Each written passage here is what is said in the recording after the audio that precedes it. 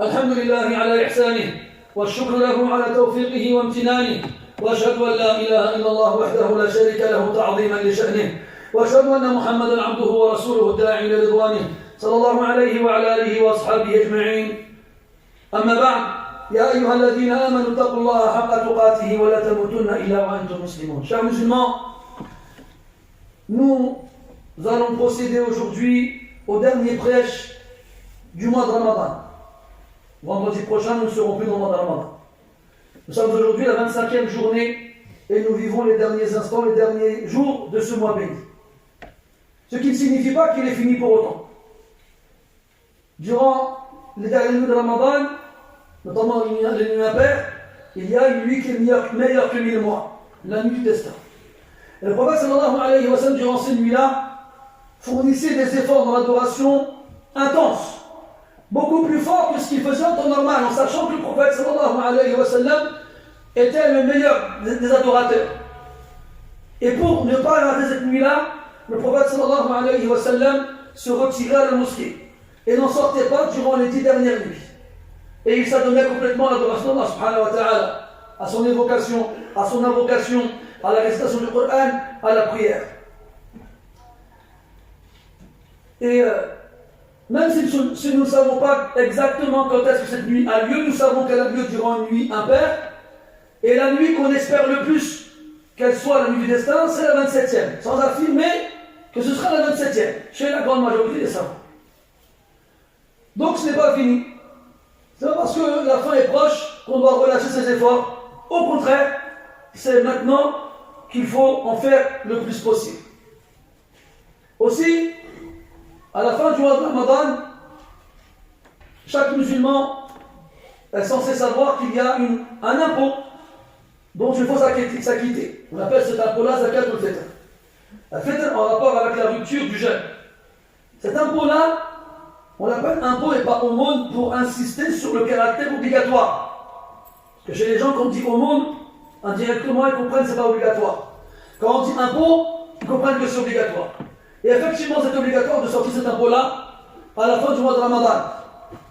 Les savants disent que toute personne qui peut la sortir, il la sort pour lui-même. Quant au chef de famille, qui a une épouse et des enfants, et que ces derniers ne peuvent pas le sortir de leurs propres moyens, alors il le sortira pour eux. Mais si on a des enfants qui sont des adultes et qui ont des entrées d'argent qui leur sont propres, alors chacun la sort pour lui de préférence. C'est préférable. Mais si le père, malgré tout, même si ses enfants ils ont les moyens, il veut le faire pour eux, là, il n'y a pas de mal, il a le droit de le faire. Et on le fait pour tout le monde, même ceux qui n'ont pas jeûné, même les enfants qui ne sont pas pubères, même les personnes qui sont malades ou en voyage. Tout le monde sort cet impôt-là. Cet impôt-là doit être sorti à partir du 2e jour avant la fin du mois, et pas avant. Et son dernier délai est la prière de l'Eid, et pas après. On ne sort pas cet impôt-là après la prière de l'Eid. Dès que l'imam il arrive et qu'il monte sur le minbar, le temps de validité de l'obligation est fini. Maintenant, qu'est-ce qu'on sort? Et là, c'est ce fameux débat qui revient tous les ans depuis des années. Donc c'est devenu limite normal. Les gens ne se posent plus la question. Comme vous l'avez entendu, dans beaucoup de mosquées, les boîtes zakat fitr sont déjà proposées. Il faut savoir qu'il y a beaucoup de mosquées qui ne font pas ça de leur propre gré. C'est parce que les gens ils refusent de la sortir en nourriture en fait. Parce qu'aujourd'hui, c'est devenu tellement banal et normal de la sortir en argent que les gens ne se posent même plus la question sur est-ce qu'on la sort en nourriture ou non. Vous avez entendu avant la khutbah, le président qui vous disait qu'on ne peut pas stocker la nourriture dans la mosquée cette année. Il faut savoir que les années précédentes, c'était une fleur qu'on faisait aux gens. Mais ce n'est pas pour leur intérêt, parce qu'on les pousse à fournir le moindre effort. Qu'est-ce qui t'empêche toi d'aller chercher des pauvres et de leur donner? Pourquoi? Tu te dis quoi? C'est bon, il y a la mosquée, j'ai posé mon sac de nourriture là-bas et puis au moins il peut recevoir. Moi c'est bon, j'ai plus rien à faire. Là, Yahri, quand tu as besoin d'une montre, d'une voiture, d'un téléphone et que tu restes sur le bon coin pendant 3 heures à chercher la bonne affaire et que tu trouves une voiture à Bordeaux, eh ben voilà, tu vas à Bordeaux. Pour ton intérêt personnel, parce que la voiture elle a un bon profil. Mais quand on te demande de chercher des pauvres dans ton entourage, tu dis il n'y a pas de pauvres, on est en France. Ah bon? Et les gens qui sont sortis pendant des mois dans les ronds-points de la France avec des gilets jaunes, c'est des gens riches. On ne vit pas dans la même France, j'ai l'impression, ceux qui disent qu'il n'y a pas de pauvres en France. Et on n'a pas la même notion du pauvre en France. Le pauvre, c'est pas forcément celui qui a des vêtements craqués et qui vit sous un pont. Hein. Le pauvre, c'est celui qui vit en dessous du seuil normal et moyen de vie dans le pays dans lequel on vit. Quand quelqu'un touche 600 €, 800 €, même s'il a une voiture, même s'il a une maison, il est pauvre. Il est pauvre. Quand en France, on sait que beaucoup de Français, pas des immigrés comme vous et moi, non, des Français de souche, au 10e, 15e jour du mois, ils ont plus d'argent. Dans quelle France vous vivez, vous, quand vous êtes plus pauvre? Et quand on regarde les queues devant les CAF, dans quelle France vous vivez quand vous n'êtes pas de pauvre? Et quand on va dans les magasins, dans les endroits de Restos du Cœur ou des autres associations caritatives, et qu'on voit des dizaines de gens qui font la queue avec des quartiers, des cabas, dans quelle France vous vivez quand vous n'êtes pas de pauvre? Et ces gens-là, quand ils vont dans les Restos du Cœur ou compagnie, ou dans les associations musulmanes, vous croyez qu'on leur distribue des billets? Ou on leur distribue de l'argent? Ou de la nourriture, pardon. On leur distribue de la nourriture. Et Zakat al-Fitr, mes frères, elle a été légiférée en nourriture.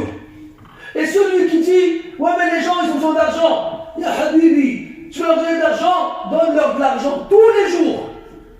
Dans une année solaire, il y a 365 jours. Donne-leur de l'argent tous les jours, 364 jours par an si tu veux. Mais Zakat al-Fitr, je la donne à ton dessus. C'est comme ça qu'elle a été légiférée. Pour tous ceux qui sont parmi vous ont des enfants à l'école. Vous avez vu en primaire, souvent, les instituteurs et institutrices, ils envoient des mots dans les carnets de correspondance où ils demandent aux familles 1 kilo de farine, du sucre, des fruits, ils vont faire des gâteaux. Est-ce que quand toi tu reçois ce mot dans ton carnet de correspondance de ton enfant, tu mets un billet de 5 € dedans, tu dis à ton fils, tiens, tu dis à ta prof, elle se boit avec le billet de 5 €. Tu fais pas ça.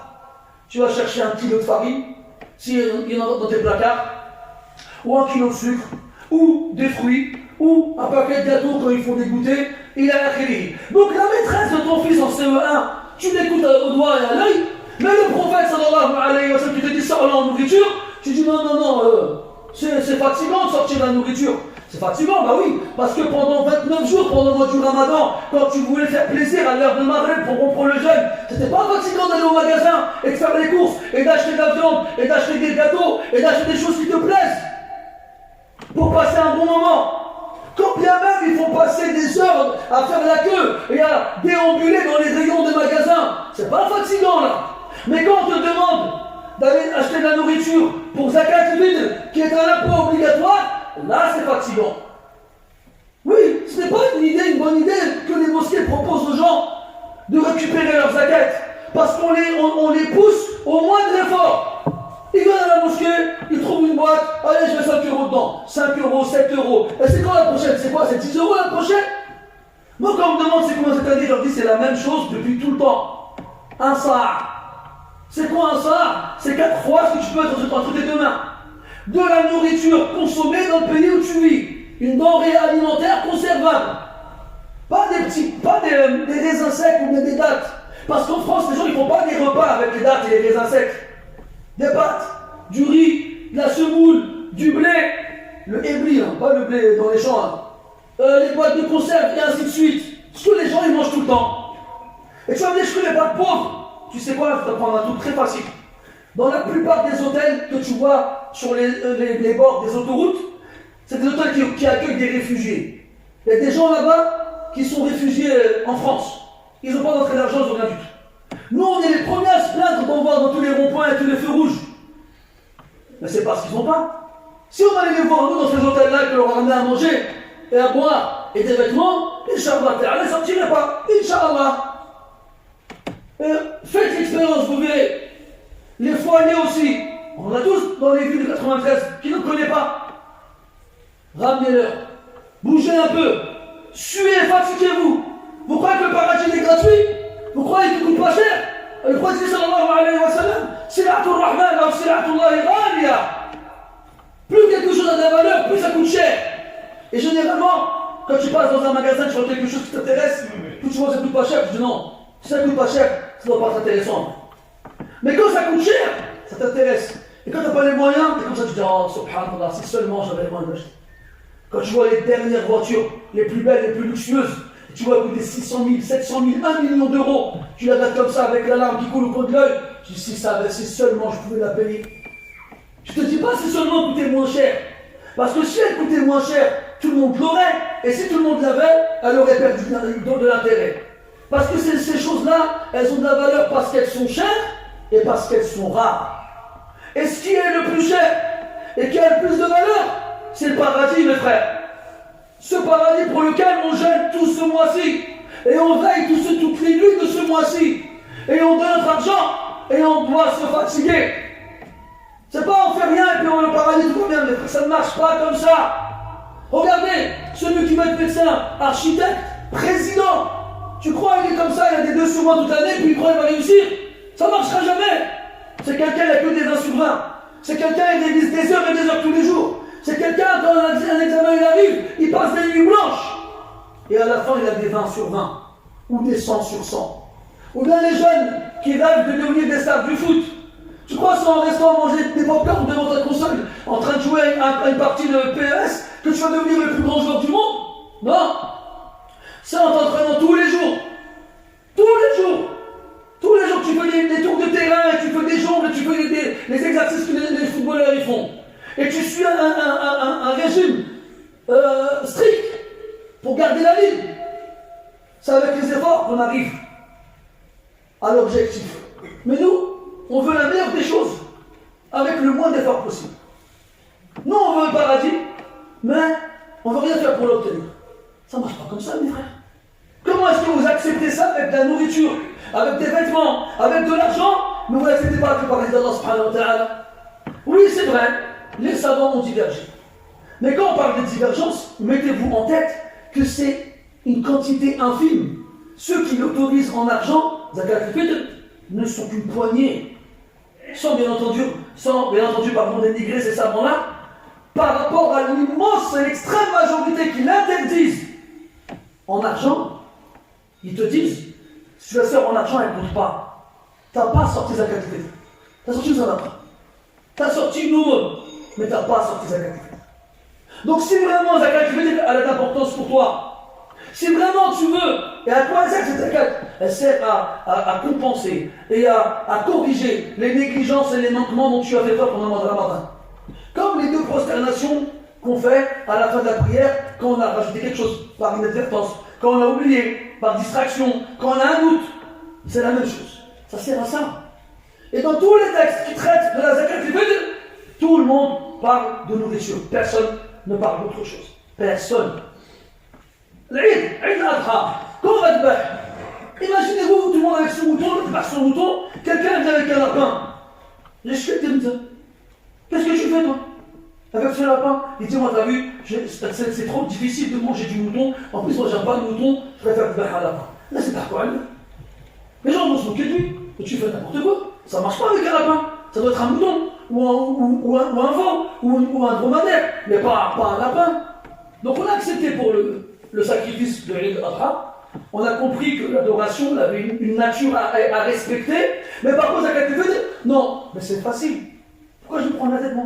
Pourquoi j'irai me prendre la tête à faire des courses? Pourtant, les courses, tu vas les faire, c'est pour ton intérêt personnel. Mais quand c'est pour les courses, ça ne t'intéresse plus? Non, mes frères, arrêtons de se mentir, arrêtons de croire que c'est comme ça. L'islam, mes frères, c'est un tout complet. Allah dit dans le Coran, rentrez dans l'islam entièrement. Il dit subhanahu wa ta'ala, allez-vous croire en une partie du livre et rejeter l'autre. Imagine, tu es un patron de société.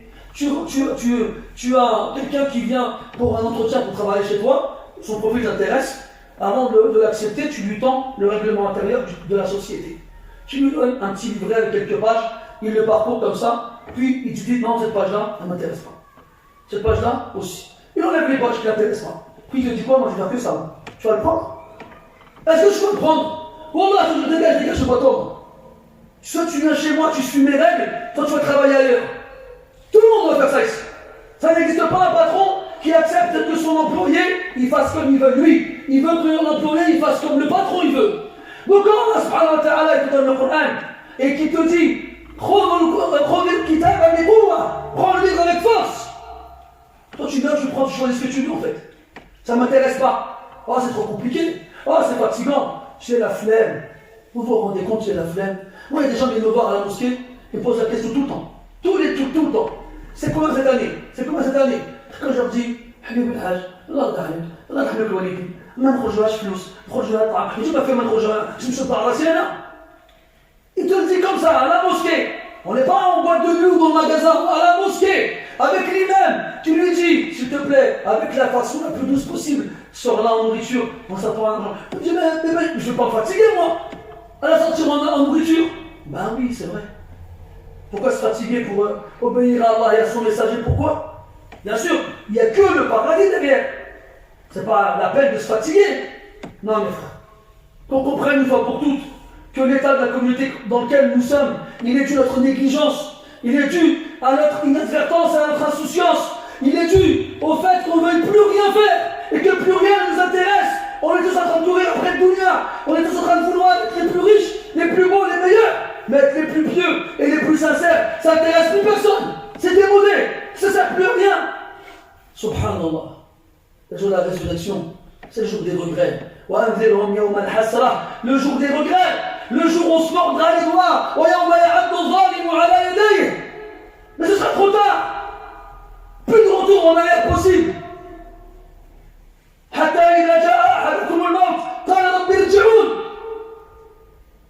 Il va revenir quand la mort revient à lui. C'est fini. Toute ta vie on t'a dit, t'as pas voulu écouter. Eh bien tu n'as plus que tes yeux pour pleurer. Mes frères, le mois du Ramadan, c'est la meilleure occasion d'année pour se faire pardonner ses péchés. C'est la meilleure occasion d'année pour avoir le plus de récompenses possible.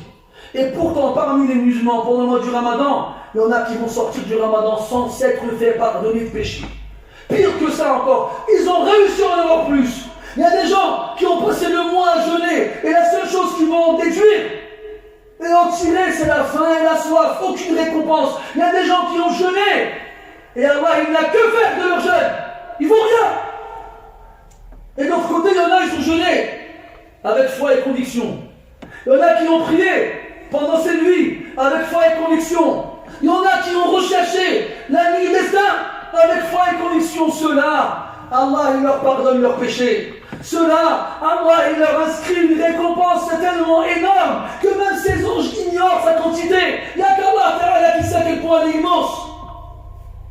Ceux-là, c'est Hizbullah, c'est le parti d'Allah, c'est les préférés d'Allah, c'est l'élite d'Allah, c'est les privilégiés d'Allah. Wa Hizbullah, humul ghalibun al-muflihun. Et ce sont eux qui gagnent, ce sont eux les victorieux. Mon frère, quand tu assistes à une course de chevaux, tu te rends compte que pendant les 2/3 de la course, le cheval il galope à une vitesse constante. C'est seulement lors du dernier tiers, lorsque la ligne d'arrivée elle arrive, elle est sur leur champ de vision, qu'ils accélèrent. Et là, le galop s'intensifie parce qu'ils veulent arriver le premier. Mon frère, ne laisse pas un vulgaire cheval être plus intelligent que toi. C'est la dernière ligne droite. C'est maintenant qu'il faut galoper. Et on va tous galoper, mes frères. Et c'est en fonction de la ligne d'arrivée derrière laquelle tu cours que tu sauras quelle est ta vraie valeur. فنسأل الله سبحانه وتعالى ألا يحرمنا فضله وألا يحرمنا خير ما عنده بسوء ما عندنا. نسأل الله سبحانه وتعالى أن يكتب لنا أجر الصيام والقيام. اللهم اجعلنا ممن قام رمضان إيمانا واحتسابا، واجعلنا ممن صام رمضان إيمانا واحتسابا، واجعلنا ممن أدرك ليلة القدر ففاز بالثواب والأجر يا رب العالمين. اللهم اجعل شهرنا شاهدا لنا، اللهم اجعل شهرنا شاهدا لنا، اللهم اختم لنا رمضان برضوانك والعتق من نيرانك. اللهم إن كان في سابق علمك أن تجمعنا في مثله فبارك لنا فيه، وإن قضيت بقطع آجالنا وما يحول بيننا وبينك فأحسن الخلافة على باقينا وعمنا جميعا برحمتك يا أرحم الراحمين يا أرحم الراحمين يا أرحم الراحمين. اللهم اجزي كل من تصدق بصدقة على هذا المسجد وغيره خير الجزاء وأوفره. اللهم اجعل صدقته سببا لنزول رحمتك على موتاهم، ولنزول شفائك على مرضاهم، ولنزول براتك على أهليهم وأنفسهم وأموالهم يا رب العالمين. وصل اللهم وسلم وبارك على عبدك ورسولك رسولك محمد وعلى آله وأصحابه أجمعين، والحمد لله رب العالمين. وقوموا إلى صلاتكم ورحمكم الله.